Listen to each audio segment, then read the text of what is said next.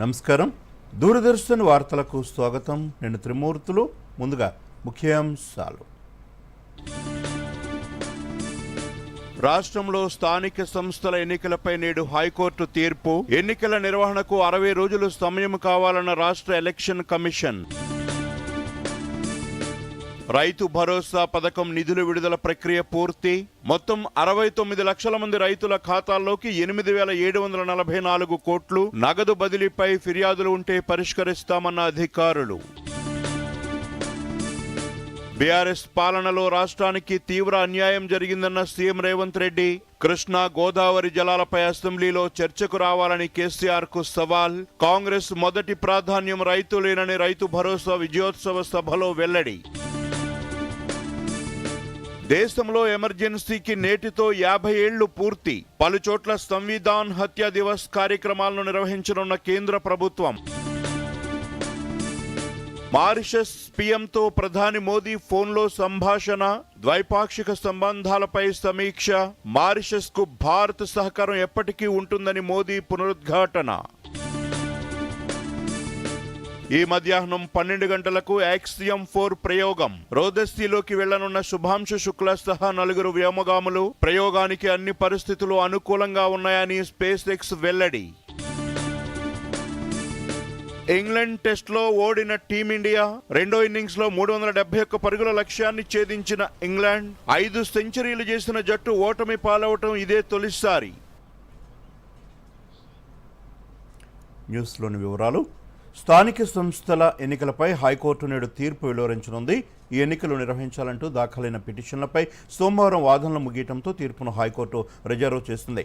పిటిషనర్లు, ప్రభుత్వం, state election commission వాదనలు విన్న తర్వాత న్యాయస్థానం ఈ నిర్ణయం తీసుకుంది.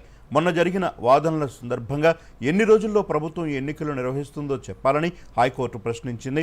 గత ఫిబ్రవరిలోనే ఎన్నికలు నిర్వహిస్తామన్న ప్రభుత్వం ఎందుకు నిర్వహించలేదని న్యాయస్థానం నిలదీసింది. అయితే రాష్ట్రంలో కులగణన సర్వే ఇంకా పూర్తి అవ్వలేదని, కొంత సమయం కావాలని కోర్టును ప్రభుత్వం కోరింది.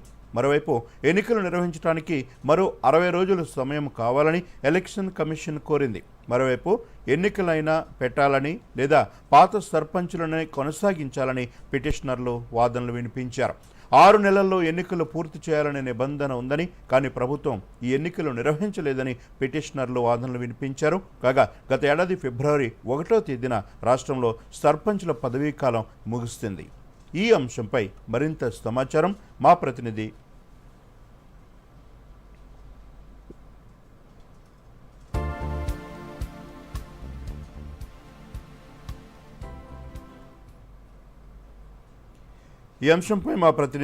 మరింత సమాచారం అందిస్తారు. చంద్రశేఖర్, చెప్పండి, స్థానిక సంస్థల ఎన్నికలపై ప్రభుత్వ వాదన ఏంటి? పిటిషనర్లు ఏమంటున్నారు?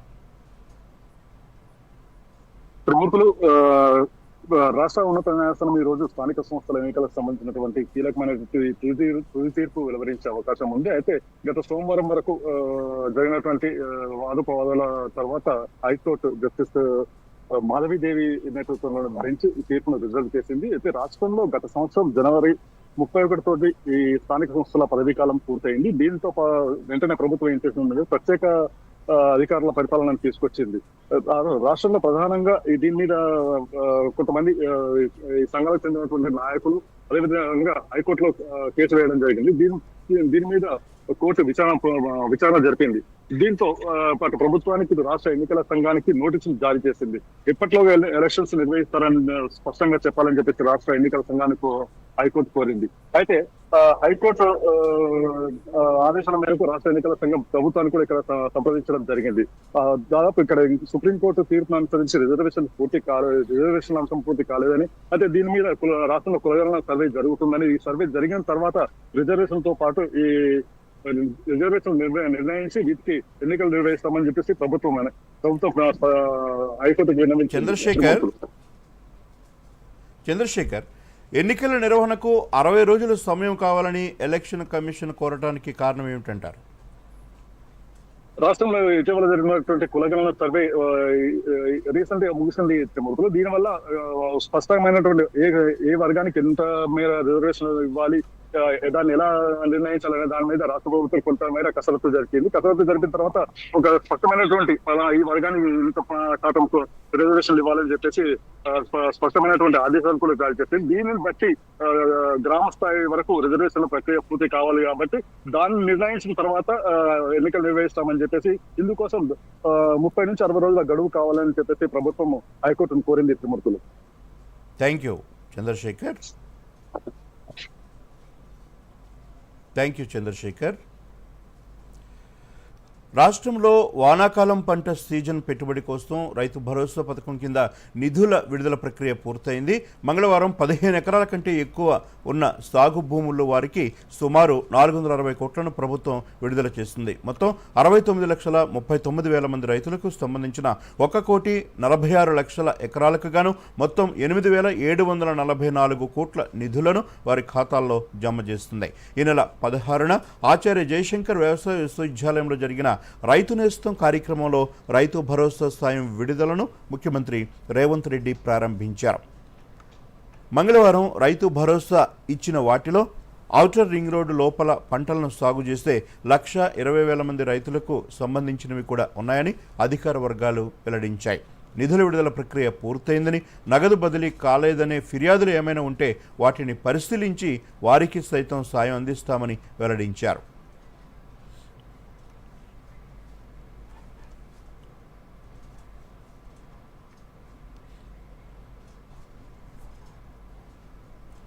ఖరీఫ్ సీజన్కు సంబంధించి రైతు భరోసా నిధులను విడుదల పూర్తయిన నేపథ్యంలో రాష్ట్ర వ్యాప్తంగా రైతు భరోసా విజయోత్సవ సభలు ఘనంగా నిర్వహిస్తున్నారు. అన్ని మండల కేంద్రాల్లో స్థానిక కాంగ్రెస్ నేతలు, పార్టీ కార్యకర్తలు, రైతులు పెద్ద ఎత్తున పాల్గొంటున్నారు. ఇక హైదరాబాద్లోని సచివాలయం వద్ద రైతు నేస్తం పేరుతో నిర్వహించిన రైతు భరోసా విజయోత్సవ సభలో ముఖ్యమంత్రి రేవంత్ రెడ్డి, ఉప ముఖ్యమంత్రి భట్టి విక్రమార్క మంత్రులు పాల్గొన్నారు. ఈ సందర్భంగా మంత్రి తుమ్మల నాగేశ్వరరావు మాట్లాడుతూ ఖరీఫ్ సీజన్కు సంబంధించి 9 రోజుల్లోనే 9,000 కోట్ల రూపాయలు రైతు భరోసా నిధులను రైతుల ఖాతాల్లో జమ చేశామన్నారు. ముఖ్యమంత్రి రేవంత్ రెడ్డి మాట్లాడుతూ రైతులకు ఇచ్చిన హామీ నెరవేర్చామని, రైతు భరోసాను విజయవంతంగా పూర్తి చేశామని అన్నారు. సన్నవడ్లకు బోనస్ ఇస్తామని ప్రకటించి 48 గంటల్లోనే రైతుల ఖాతాల్లో బోనస్ నిధులను జమ చేశామన్నారు. రైతులకు ఉచిత విద్యుత్ ఇచ్చి వ్యవసాయాన్ని పండుగగా మార్చింది కాంగ్రెస్ పార్టీయేనన్న సీఎం రేవంత్ రెడ్డి, రైతుల తర్వాత మహిళలు, యువతకే తమ ప్రభుత్వం ప్రాధాన్యత ఇస్తోందన్నారు. అన్న కష్టాలున్నా మనం పంట కాలానికే వేయాలి. రైతు ఇత్తనం పెట్టుకునే రోజుకి ఆయన జేబులో డబ్బులు ఉండాలి. నాటేసే ముందే నువ్వు డబ్బులు ఇవ్వాలని చెప్పి భట్టి గారి మీద ఒత్తిడి తీసుకొచ్చి ప్రభుత్వంలో ఉన్నటువంటి మంత్రుల యొక్క సహాయ సహకారాలతోటి ఈనాడు ఒకే ఒక్క వారంలో, ఏ చరిత్రలో లేదు, గత 3 నెలలు 4 నెలలు వేసినటువంటి రైతు భరోసా ఆ రోజు విశ్వవిద్యాలయం నుంచి మేము ప్రకటించాం. 9,000 కోట్లు ఈ రోజు రైతుల ఖాతాల్లో సుమారు 70 లక్షల మంది రైతుల జేబుల్లో. ఇందాక సుల్తానియా గారు స్విచ్ ఆన్ చేసి తెలంగాణలోని కాంగ్రెస్ పార్టీ మరోసారి అధికారంలోకి వచ్చేలా పనిచేయాలని పార్టీ శ్రేణులకు ముఖ్యమంత్రి రేవంత్ రెడ్డి పిలుపునిచ్చారు. హైదరాబాద్లోని గాంధీ భవన్లో జరిగిన పీసీసీ రాజకీయ వ్యవహారాల కమిటీ సమావేశంలో సీఎం మాట్లాడారు. రాబోయే రోజుల్లో అనేక సవాళ్లు ఎదుర్కోబోతున్నామని, డీలిమిటేషన్, మహిళా రిజర్వేషన్, జమిలీ ఎన్నికల వంటి అనేక సవాళ్లకు పార్టీ నేతలు సిద్ధంగా ఉండాలని సీఎం సూచించారు. రాష్ట్రంలో కాంగ్రెస్ పార్టీ మరోసారి అధికారంలోకి రావాలంటే బూత్, గ్రామ, మండల స్థాయిలో పార్టీ కమిటీల ఏర్పాటు కావాలని, కమిటీ నాయకులు క్షేత్రస్థాయిలో పని చేయాల్సిందేనని అన్నారు. పార్టీ కష్టకాలంలో ఉన్నప్పుడు పనిచేసిన వారికి పదవులు ఇచ్చామని, పని చేస్తేనే పదవులు వస్తాయని అన్నారు. తాను కూడా గ్రామాల్లోకి వెళ్తానని, పార్టీలోని ప్రతి ఒక్కరూ లక్ష్యాలను నిర్దేశించుకుని పనిచేయాలని రేవంత్ రెడ్డి సూచించారు.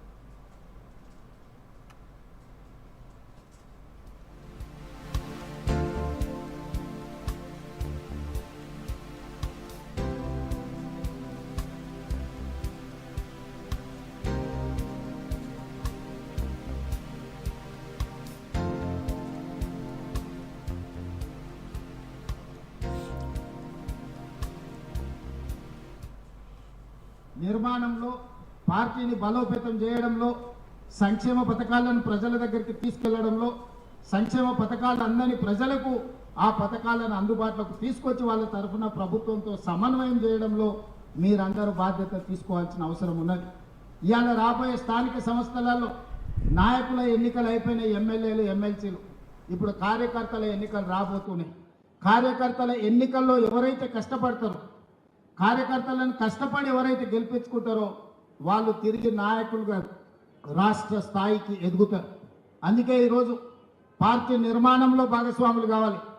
స్థానిక సంస్థల ఎన్నికల్లో పార్టీ కార్యకర్తలను గెలిపించుకోవాలి. అప్పుడే పార్టీ బలోపేతం అవుతుంది. పార్టీ బలోపేతమైతే రెండవసారి కాంగ్రెస్ పార్టీ తిరిగి అధికారంలోకి వస్తుంది. రెండవసారి అధికారంలోకి రావడం. రాష్ట్రంలో 22,000 కోట్ల వ్యయంతో ఇందిరమ్మ ఇళ్ల నిర్మాణాన్ని చేపట్టామని ఉప ముఖ్యమంత్రి భట్టి విక్రమార్క తెలిపారు. ఒక్కో అసెంబ్లీ స్థానంలో 3,000 ఇందిరమ్మ ఇళ్లు నిర్మిస్తున్నట్లు చెప్పారు. గాంధీ భవన్లో ఆయన మీడియాతో మాట్లాడుతూ ప్రభుత్వం చేపట్టిన సంక్షేమ కార్యక్రమాల గురించి వివరించారు. రాజీవ్ ఆరోగ్యశ్రీ కింద 10 లక్షల వరకు వైద్య సదుపాయం అందిస్తున్నామని తెలిపారు. దీంతో 94 లక్షల కుటుంబాలు లబ్ధి పొందుతున్నాయని వివరించారు. 6,000 కోట్ల విలువైన 189 కోట్లు ఉచిత బస్సు టికెట్లు ఇచ్చామని, మహిళా సంఘాలకు వడ్డీ లేని రుణాలు అందజేస్తున్నామని అన్నారు భట్టి విక్రమార్క. సంక్షేమ కార్యక్రమాలకు 95,351 కోట్లు ఖర్చు చేస్తున్నామని ఉప ముఖ్యమంత్రి చెప్పారు. ఇందిరమ్మ హౌసెస్ ఒక్కొక్క శాసనసభ నియోజకవర్గంలో 3,500 ఇళ్ల లెక్కన 4.5 లక్షల ఇళ్లని ఒకటేసారి 22,500 కోట్ల రూపాయలతో శాంక్షన్ చేసి ఈరోజు మొదలుపెట్టి ముందుకు పోతున్నటువంటి వైనాన్ని కూడా అభినందిస్తుంది. అట్లాగే మహాలక్ష్మి ఆర్టీసీ సంబంధించి ఈ రాష్ట్రంలో మహిళలందరూ దాదాపు 188 కోట్ల సార్లు ఇప్పటికీ ఈ ఉచిత బస్సు రవాణా సౌకర్యాన్ని వాడుకోవడం జరిగింది. దీనికి సంబంధించి ఒక 6,000 కోట్ల రూపాయల్ని రాష్ట్ర ప్రభుత్వం ఆర్థిక శాఖ నుంచి ఆర్టీసీ శాఖ చెల్లించి జరిగింది. అట్లాగే గృహ జ్యోతి పథకం కింద 200 యూనిట్లు సంబంధించి ఉచితంగా ఇచ్చే కరెంటు దాదాపు రాష్ట్రంలో 51 lakh మీటర్ హోల్డర్స్ అంటే ఫ్యామిలీస్. తెలంగాణ నుంచి రిలీవ్ అయి ఏపీ కేడర్లో చేరిన ఐఏఎస్ అధికారిని ఆమ్రపాలికి కేంద్ర పరిపాలనా ట్రైబ్యునల్ క్యాట్లో ఊరట లభించింది. ఆమెను తిరిగి తెలంగాణకు కేటాయిస్తూ క్యాట్ ఉత్తర్వులు జారీ చేసింది. గతంలో తెలంగాణలో పనిచేసిన ఆమె department of personal and training విభాగం ఉత్తర్వులతో 4 నెలల క్రితం ఏపీకి వెళ్లిన సంగతి తెలిసిందే. అయితే డిఓపిటి ఆదేశాలను సవాలు చేస్తూ తనను తెలంగాణకు కేటాయించాలని ఆమె క్యాట్లో పిటిషన్ దాఖలు చేశారు. పిటిషన్ను అనుమతించిన క్యాట్ ప్రస్తుతం ఏపీ పర్యాటక అభివృద్ధి కార్పొరేషన్ ఎండీగా పనిచేస్తున్న ఆమెను తెలంగాణ కేడర్లకు కేటాయించాలంటూ కేంద్రం 2 రాష్ట్రాలకు ఆదేశాలు జారీ చేసింది.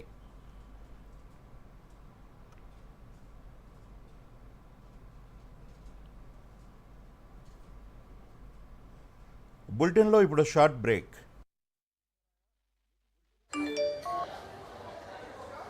వీడియో లైక్ కొడితే డబ్బులు వస్తాయా? ఇంత తెలియకనా? చిక్కుకున్నాడు. తెలియని లింక్స్ ని క్లిక్ చేయకండి. ఆర్బీఐ అంటోంది తెలివిగా ఆలోచించండి, అప్రమత్తంగా ఉండండి. Welcome back. భారత్ మారిషస్ దేశాల మధ్య ద్వైపాక్షిక సంబంధాలను ఇరు దేశాల ప్రధానమంత్రులు సమీక్షించారు. మారిషస్ ప్రధానమంత్రి డాక్టర్ నవీన్ చంద్ర రామ్ గులాంతో ప్రధానమంత్రి నరేంద్ర మోదీ ఫోన్లో మాట్లాడారు. అభివృద్ధి, భాగస్వామ్యం, రక్షణ, సముద్ర భద్రత, డిజిటల్ మౌలిక సదుపాయాలు, ప్రజల మధ్య సంబంధాలతో సహా వివిధ రంగాల్లో భారత్ మారిషస్ సహకారాన్ని సమీక్షించారు. ఈ సందర్భంగా ఇరు దేశాల మధ్య లోతైన సంబంధాలు ఉన్నాయని ప్రధానమంత్రి నరేంద్ర మోదీ పునరుద్ఘాటించారు. త్వరలో భారత్ను సందర్శించాలని రామ్ గులాంను ప్రధాని కోరారు. 11వ అంతర్జాతీయ యోగా దినోత్సవంలో మారిషస్ ప్రధాని ఉత్సాహంగా పాల్గొనటాన్ని మోదీ ప్రశంసించారు. ఇది ఇరు దేశాల ఉమ్మడి సాంస్కృతిక, ఆధ్యాత్మిక విలువలకు చిహ్నమన్నారు.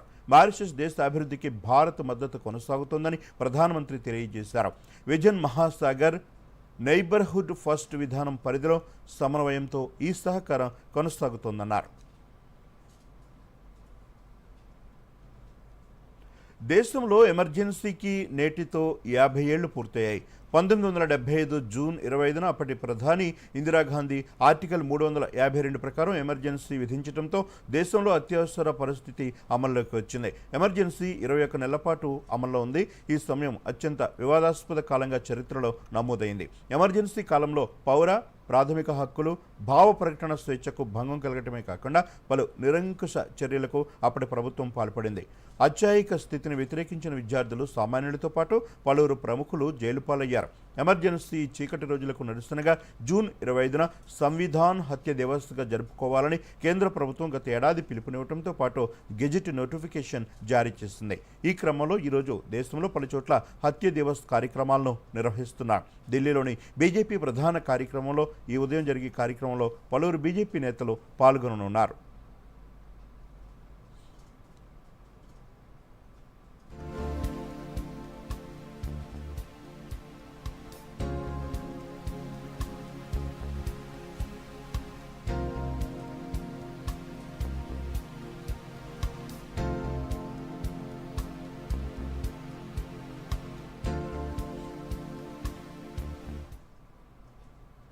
పంతొమ్మిది 1975లో కాంగ్రెస్ ఎమర్జెన్సీని విధించడాన్ని కేంద్ర హోంమంత్రి అమిత్ షా విమర్శించారు. దేశ భద్రత కోసం కాకుండా అప్పటి ప్రధాని ఇందిరాగాంధీ అధికారాన్ని కాపాడుకోవటానికే ఈ చర్యకు పాల్పడ్డారని ఆరోపించారు. న్యూఢిల్లీలో నిన్న జరిగిన ఆపత్కాలకే 50 సాల్ స్మారక కార్యక్రమంలో ఆయన ఈ వ్యాఖ్యలు చేశారు.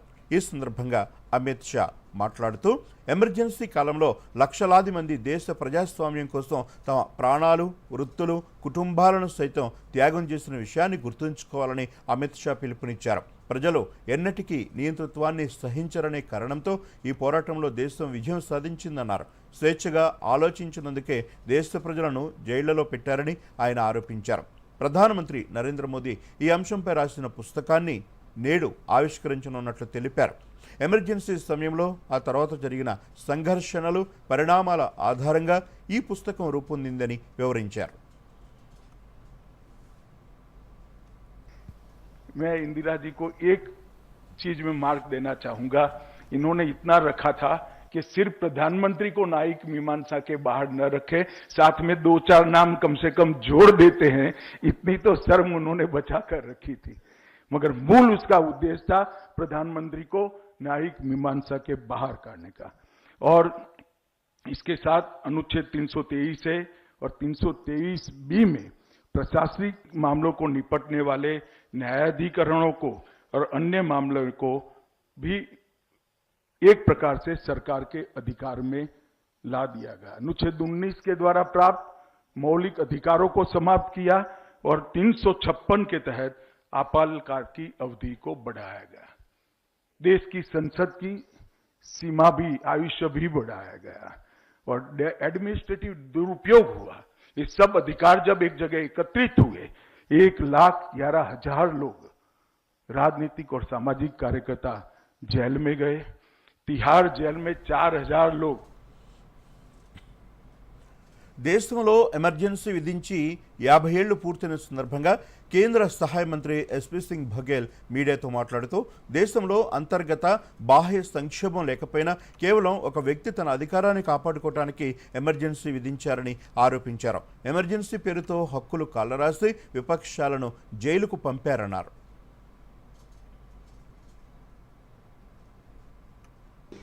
Bharat is the mother of the democracy.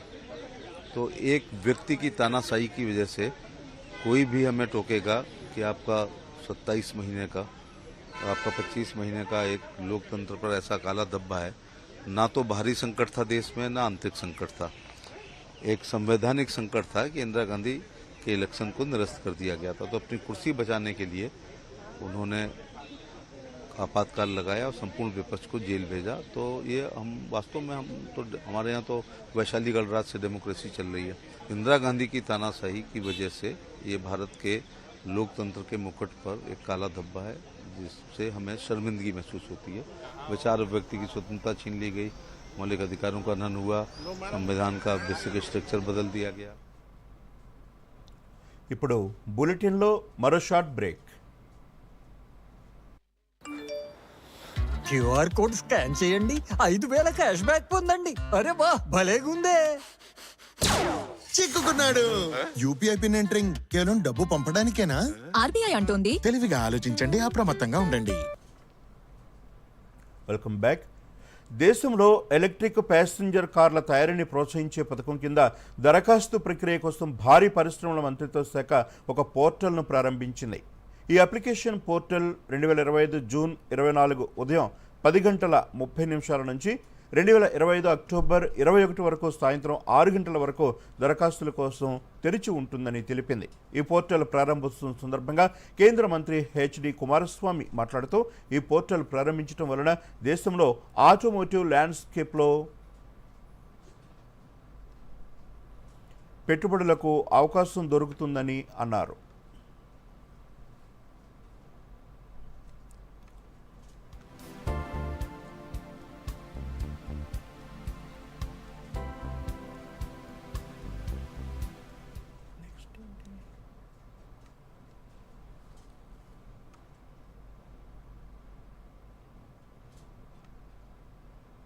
The portal which is launched today, application through portal, how they have to submit. This portal will be open up to I think 4 months. Yes, sir. Up to October 21st October. This 4 months we are giving time to who are interested to enter in the portal. We have given the 4 months time. Already పశ్చిమాసియాలో ఉన్న సంక్షోభాలను పరిష్కరించడానికి చర్చలు దౌత్యం తప్ప మరో మార్గం లేదని Bharat పునరుద్ఘాటించింది. Iran Israel మధ్య కాల్పుల విరమణ జరిగినట్లు వచ్చిన వార్తలను స్వాగతించింది. ఈ విషయంలో అమెరికా ఖతార్ పోషించిన పాత్రను కొనియాడింది. ఇరాన్లోని అణు కేంద్రాలపై అమెరికా దాడులు ఇందుకు ప్రతిస్పందనగా ఖతార్లోని అమెరికా మిలిటరీ స్థావరాలపై ఇరాన్ జరిపిన దాడులకు సంబంధించిన పరిణామాలను నిశ్చితంగా పరిశీలిస్తున్నట్లు విదేశాంగ శాఖ ఒక ప్రకటనలో పేర్కొంది. ఈ ప్రాంతంలో సుస్థిర శాంతి స్థిరత్వానికి జరుగుతున్న కృషి భారత్ తన పాత్ర పోషించడానికి సిద్ధంగా ఉందని తెలిపింది. ప్రాంతీయ భద్రతపై కేంద్రం ఇప్పటికే తీవ్ర ఆందోళనలో ఉందని వెల్లడించింది. ఇరాన్ ఇజ్రాయెల్ ఉద్రిక్తతల నేపథ్యంలో అక్కడ చిక్కుకున్న భారతీయులను తీసుకురావడానికి కేంద్రం చేపట్టిన ఆపరేషన్ సింధు కొనసాగుతోంది. ఇందులో భాగంగా ఈ తెల్లవారుజామున ఇరాన్ నుంచి 282 మంది భారతీయులు ఢిల్లీకి చేరుకున్నారు. దీంతో ఆపరేషన్ సింధు కింద ఇప్పటి వరకు 2858 మంది భారతీయులు స్వదేశానికి వచ్చినట్లు విదేశాంగ శాఖ ఎక్స్ వేదికగా తెలిపింది. గత కొన్ని వారాలుగా ఇరాన్ ఇజ్రాయెల్ మధ్య ఉద్రిక్తతల నడుమ ఈ ఆపరేషన్ ప్రారంభమైంది. న్యూఢిల్లీ చేరుకున్న భారతీయులు సురక్షితంగా స్వదేశం తిరిగి వచ్చినందుకు భారత ప్రభుత్వానికి ఇరాన్లోని భారత రాయబార కార్యాలయానికి కృతజ్ఞతలు తెలియజేశారు.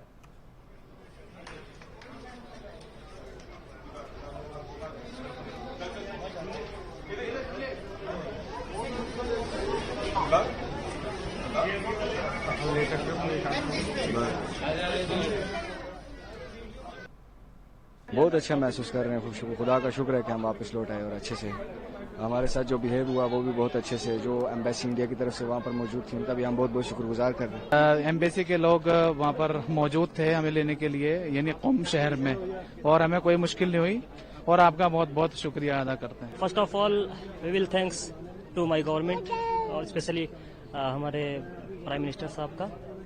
दोनों सरकारों ने हमारे साथ कोऑपरेट किया है. ईरान और हिंदुस्तान की दोनों सरकारों ने बहुत ही अच्छा बर्ताव हमारे साथ और बहुत अच्छे से हम लोगों को वहाँ से निकाला. कोई मुश्किल किसी तरह की नहीं.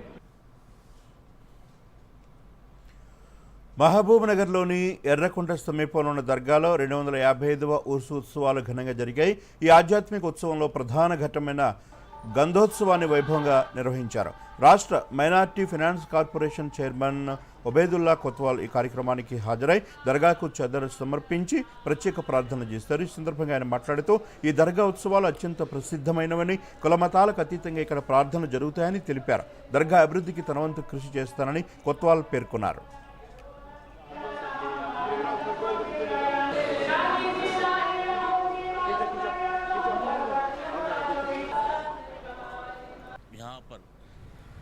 मैं भी यहाँ का तालिब इल्म हूँ. जब से मैं स्टूडेंट था मैं समझता हूँ तकरीबन उर्स में अटेंड किया हूँ. मैं जो माहौल 40-50 साल पहले था. 5 సంవత్సరాల లోపు పిల్లల్లో డయేరియా నివారణ కోసం కేంద్ర ప్రభుత్వం ప్రవేశపెట్టిన స్టాప్ డయేరియా క్యాంపెయిన్ ఈ నెల 16న ప్రారంభం కాగా జూలై 31 వరకు కొనసాగనుంది. ఇందులో భాగంగా ములుగు జిల్లాలో నిర్వహించిన కార్యక్రమంలో అంగన్వాడీ కేంద్రాల ద్వారా తమ తల్లులకు డయేరియా నివారణపై అవగాహన కల్పించారు. ఓఆర్ఎస్ ద్రావణం తయారీ విధానాన్ని ప్రత్యక్షంగా చూపించారు. అలాగే జింక్ టాబ్లెట్ల వినియోగంపై అవగాహన కల్పించారు. ఈ సందర్భంగా ఐసిడిఎస్ సిడిపిఓ ప్రేమలత మాట్లాడుతూ కేంద్ర ప్రభుత్వ ఆదేశాల మేరకు ఈ క్యాంపెయిన్ నిర్వహిస్తున్నామని, 5 సంవత్సరాల లోపు పిల్లల తల్లులకు డయేరియా నివారణ జాగ్రత్తలు, ఓఆర్ఎస్ తయారీ, జింక్ టాబ్లెట్ల వాడకం గురించి నేర్పిస్తున్నామని తెలియజేశారు. మొత్తం అంగన్వాడీ సెంటర్లలో ఉన్న 5 సంవత్సరాల పిల్లల తల్లిదండ్రులందరికీ కూడా ఈ వచ్చే వర్షాకాలం దృష్టిలో పెట్టుకొని ఫస్ట్ పరిశుభ్రత, పరిసరాల పరిశుభ్రత, వ్యక్తిగత పరిశుభ్రత, ఈ రెండింటిని మనం మెయింటైన్ చేస్తూ పిల్లల బరువులను ఎప్పటికప్పుడు తెలుసుకుంటూ వారి బరువులను, వారి ఆరోగ్య పరిస్థితిని క్రమంగా మెరుగుపరుచుకునేలాగా మ్యామ్ అంటే లోపపోషణ, అతి లోపపోషణ, దాని నుంచి వారిని మంచి ఆరోగ్యానికి తీసుకువచ్చే విధంగా ఆ women and child welfare department ఇంగ్లాండ్తో 5 టెస్టుల సిరీస్ను విజయవంతంతో ఆరంభించేందుకు అద్భుత అవకాశం వచ్చినప్పటికీ టీమిండియా వృధా చేసుకుంది. విజయం సాధ్యం కాకపోయినా కనీసం మ్యాచ్ను డ్రాగా ముగుస్తుందనుకున్న జట్టు అనూహ్యంగా ఓటమి వైపు నిలిచింది. చివరి రోజు సాధారణంగా సాగిన భారత బౌలింగ్ ఫీల్డింగ్ను సొమ్ము చేసుకుంటూ తన మార్క్ బజ్బాల్ బ్యాటింగ్తో ఇంగ్లాండ్ 371 పరుగుల క్లిష్టమైన లక్ష్యాన్ని ఛేదించింది. Man of the match Ben Duckett 170 బంతుల్లో 149 రన్స్ చేసి ఇంగ్లాండ్ విజయంలో కీలక పాత్ర పోషించాడు. అలాగే Zak Crawley, Joe Root, Jamie Smith కూడా విలువైన ఇన్నింగ్స్ ఆడారు. మరోమారు ముఖ్యాంశాలతో వార్తలు ముగిద్దాం.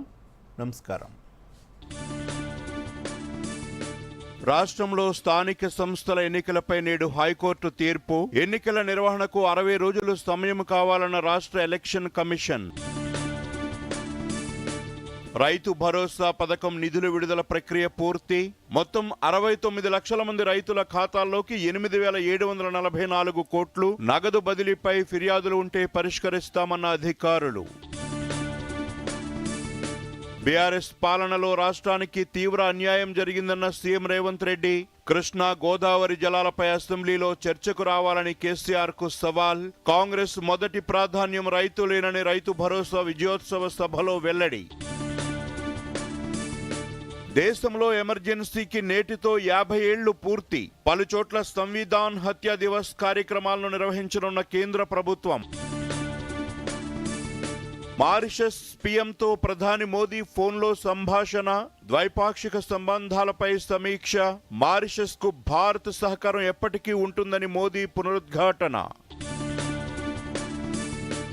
ఈ మధ్యాహ్నం 12 గంటలకు యాక్సియం 4 ప్రయోగం. రోదస్సీలోకి వెళ్లనున్న శుభాంశు శుక్ల సహా 4 వ్యోమగాములు. ప్రయోగానికి అన్ని పరిస్థితులు అనుకూలంగా ఉన్నాయని స్పేస్ ఎక్స్ వెల్లడి.